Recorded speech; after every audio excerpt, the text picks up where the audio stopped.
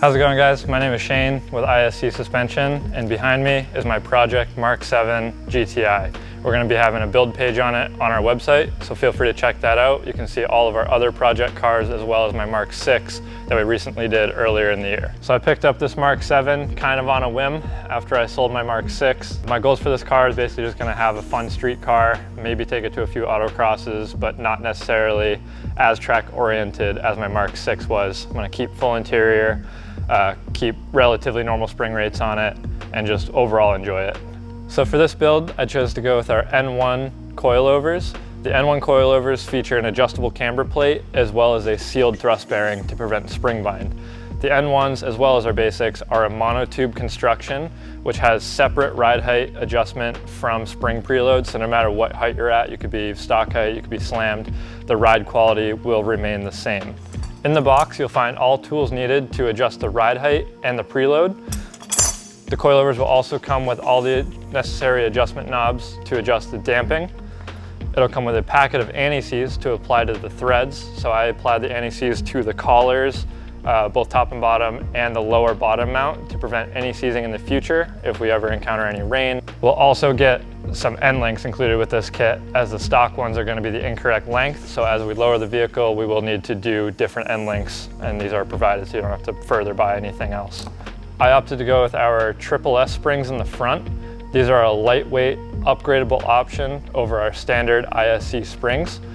They produce a little bit better ride quality on the street as well as better performance on the track. The distance between each coil is a little bit larger, so it gives a better spring stroke, keeping everything a little bit smoother. These coilovers also feature ISC's industry-leading lifetime warranty. So to set these up properly, I'm going to show you how to set preload. So preload is the act of just putting a little bit of pressure on the spring so there's no free play, there's no clunking, the spring's ready to go and won't be moving around while you drive. There's a couple different ways to go about it, but I can show you the easiest way, the way we typically go about doing it. These coilovers are a little bit different than most of our other coilovers, as they do only have two locking rings. We have one for the lower mount and we have one for the spring.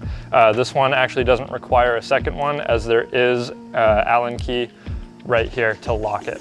So typically what we want to do is just spin this collar down to the spring until we don't have any up and down movement. So right about there. So the amount of preload we want is roughly about 5 millimeters of spring preload. So what you can do is you can bring any one of your collars down to this lock ring here, bring it all the way down until they're touching.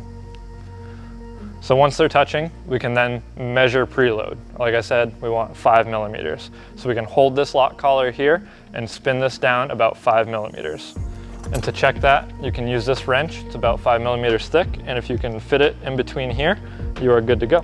So once that's set, you can go ahead, move this, and then lock this down by tightening this Allen wrench. Okay, so we'll start out on the front here. First major thing that I like to get out of the way would be the sway bar end link that connects the sway bar to the strut. A couple ways you can go about this. One, if you have an open-ended or a closed-ended, especially ratcheting wrench, and a 4 millimeter Allen key, you can go ahead and do it that way. Just simply put the 18 over, the 4 mil in there to hold the key, and then you can go ahead and loosen. We're going to take a little bit of a quicker approach. I'm just going to grab the impact and zip them off. So once those bolts are removed, you can go ahead, remove the sway bar end link. So after the end link is removed, another important step is to remove these brake lines, as we will be separating and lowering everything, and we don't want these lines to get pulled or stressed, especially this brake line and this electrical line here. So I just have a bent flathead. You can just use a regular flathead if you want, and go ahead and just twist this clip up and off. It might fly at you. And then we can go ahead and just wiggle this rubber line out of here. Go ahead and get these lines free and out of the way for later. So next we're going to be taking this bolt off. This connects the knuckle to the actual strut itself. So with this removed, we can then spread the knuckle and remove it. The tools required are going to be an 18 millimeter nut on this side and a 14 millimeter triple square bit on the other side. So I'm just going to hold the 14 mil triple square on the back side and use an 18 mil on an impact on this side to zip this off. Get that removed. We're one step closer. One of the next steps we need to do is remove these, what are supposed to be 3 16mm bolts, but as you can see, the previous owner, whoever had this before, already snapped one. So I went ahead and sprayed these with some penetrant and let them sit for about an hour just to better our chances. I will be replacing this ball joint tomorrow with 3 studs, so it's a little safer.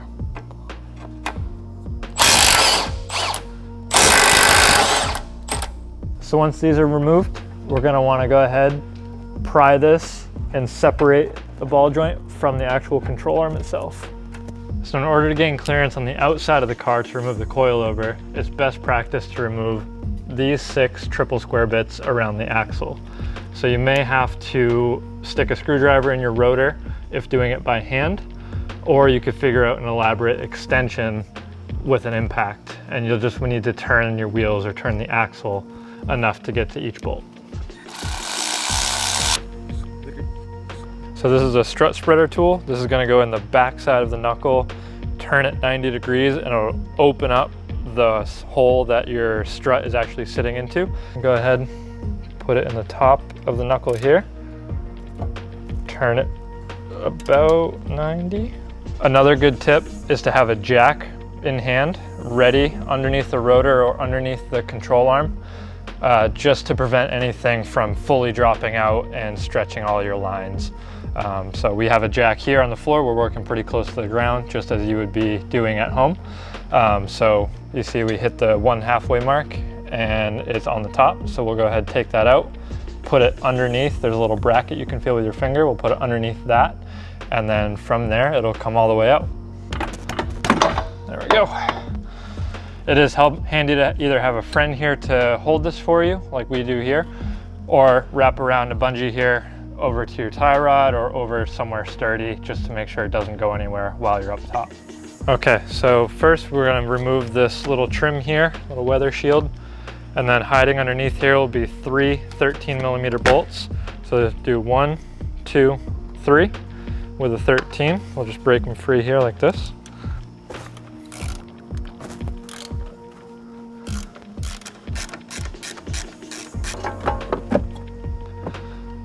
Now we're ready for coilovers. The strut spreader is still at the very, very bottom, so we'll just do it in reverse to the removal of the OEM. We'll start at the bottom, put the strut in about halfway, take it out, put it in the top, and then spread it again. I also anti-seized the bottom of the coilover up to this lip here, right where it'll be setting in there. So if you ever needed to take them out in the future, you can.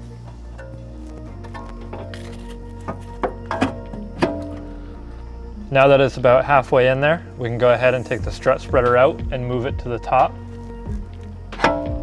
There we go. And it just pops right in, sometimes on its own. All right, now that everything's back in place, we can go ahead and put our bolt through the knuckle that we recently took out. And we can leave it loose for now and torque everything later. So there's a couple different ways to get the strut back up into the strut tower, so you can use those 3 studs to fully bolt it back to the car. The most common way is to get your ball joint reconnected with that lower control arm so everything's sturdy and it's not flopping around. Given my current ball joint situation, we are getting the parts tomorrow, but we do want to continue installing these coilovers. I have a friend here who's going to help me. He's going to help me assist holding the assembly down here while I jack and try to guide it into the strut tower. All right, now it's popping through. We can go ahead and put on our nuts. These are going to be a 13mm. And I'm going to fully torque these once the car is on the ground.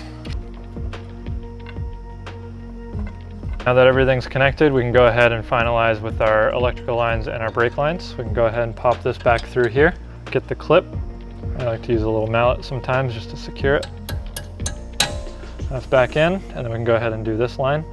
This might take a little bit of force, just a little secure rubber line, but you can pop it right back into place and everything's all tidy. All that's left to do is reconnect the axle and do the sway bar end link, as well as the ball joint in our case.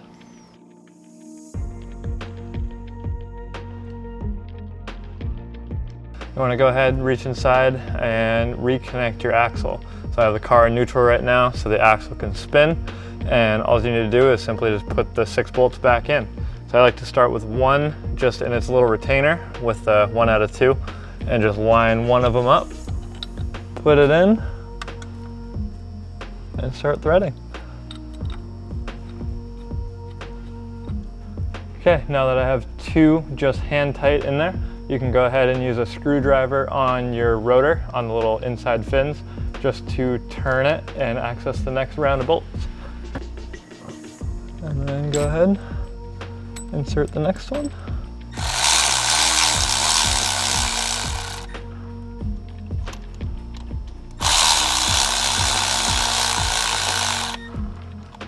All right, with the end link, I like to start at the top of the coil over here on the end link mount, pop it through, and then work your way down to the bottom.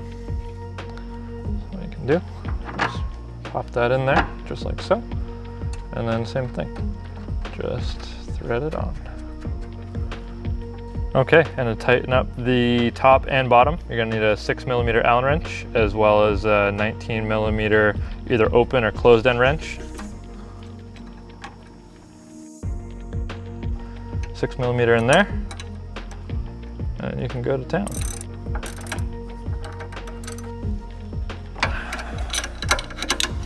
All right, so now moving on to the rears. First step is to get this fender liner out. So we'll need to remove this to get access to the evap canister on this side, as well as the 2 shock bolts up here. So all these bolts are going to be a T25. We just have an electric ratchet. We're going to go zip them all off. I think there's about 8 or 9 of them.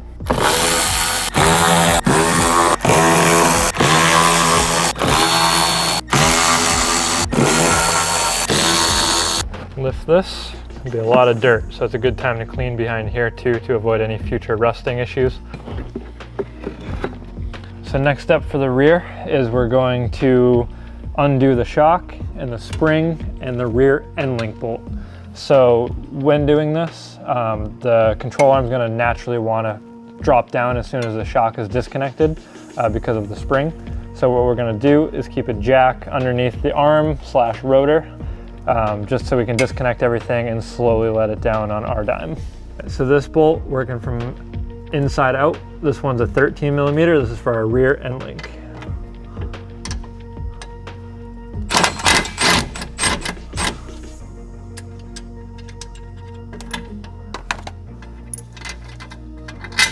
And moving down the line, we got our shock.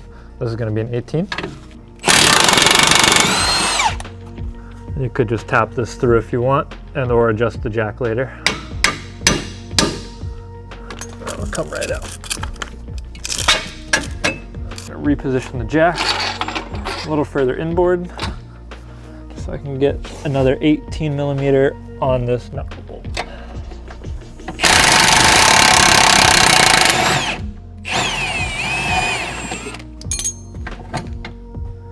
So with this removed, we can go ahead and remove the OEM, or in my case, the aftermarket lowering spring. Hello, leaf. And then inside the spring bucket, there'll be an OEM spring pad that we will go ahead and remove. You just kind of have to pop it out of place. There's a little tab. There it is. There's that little tab. So you just gotta rip it right out of there. And there is a little plastic thing down here.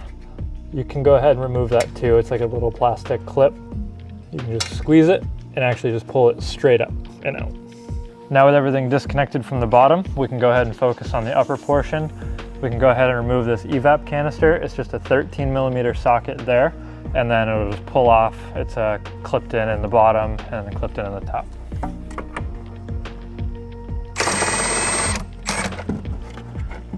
In our case, it just came out. Makes it easy. So now we can get access to that top bolt there. Switch it out for a 16mm. We can go ahead and get these up.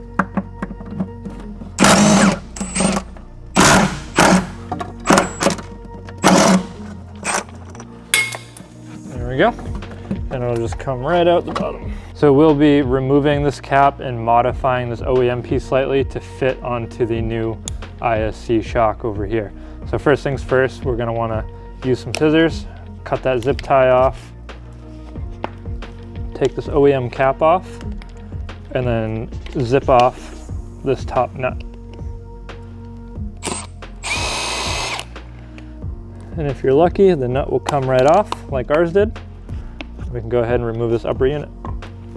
So now that we have this, it has a built-in dust shield as well as a bump stop on the inner, whereas our new one already has a dust boot and a built-in bump stop down there. We're just simply mounting this gray mount right up onto this top of the shock. All we need to do is just grab it and give it a nice twist, and we can set this stuff aside and just use this. With that bump stop removed, all you're left with is this nice little top OEM part, and this will slide right over the ISC shock. It'll seat right on that, and then the 17mm nut, which is included in the ISC package, will thread on, and then you can just hit it until it stops.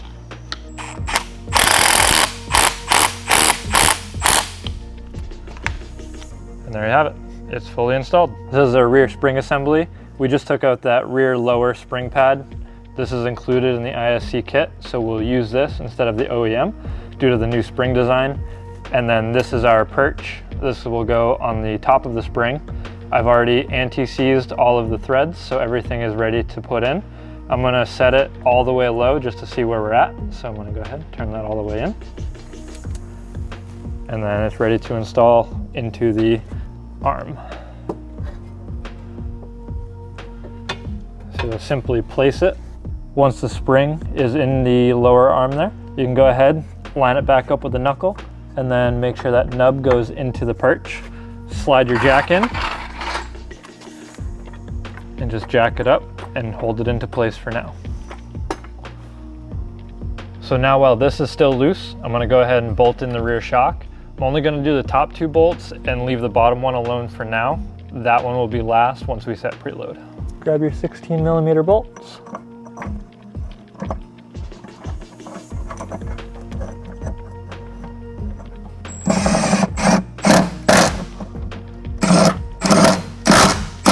And then while we're here, we can go ahead and reattach this assembly here. Go ahead, put that 13mm bolt back in.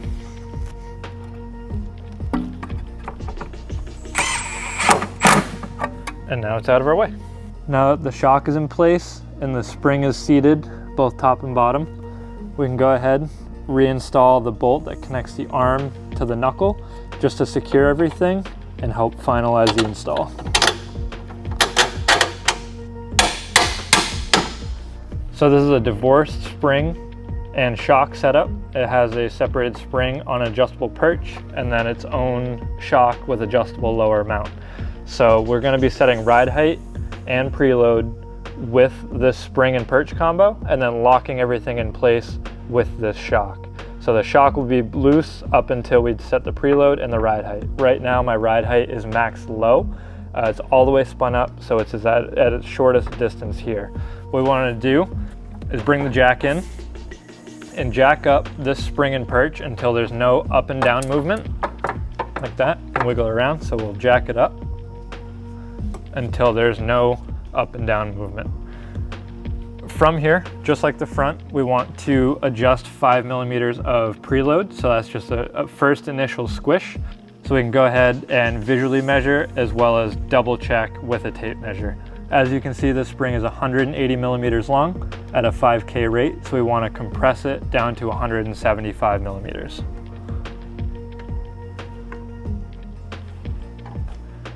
So that should be just about 5mm. I'll go ahead and measure that just to confirm and move on to the next step.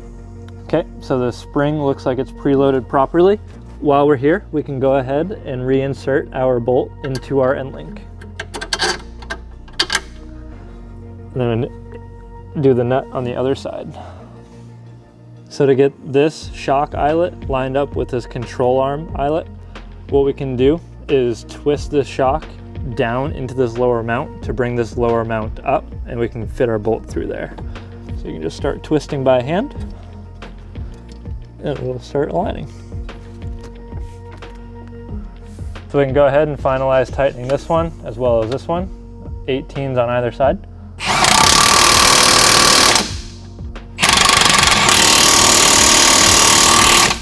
So after all your lower bolts are tight, you can go ahead and finalize locking down your lock ring. As you can see, it's still pretty loose. You can spin it down, tighten it counterclockwise. I like to even get a little tiny hammer and just give it a little tap just to make sure. Now we just have to go ahead and reinstall our fender liner. All right, and that's how you install coilovers. Just threw the wheel back on, gonna put it on the ground, torque it to factory specs, and go on a test drive.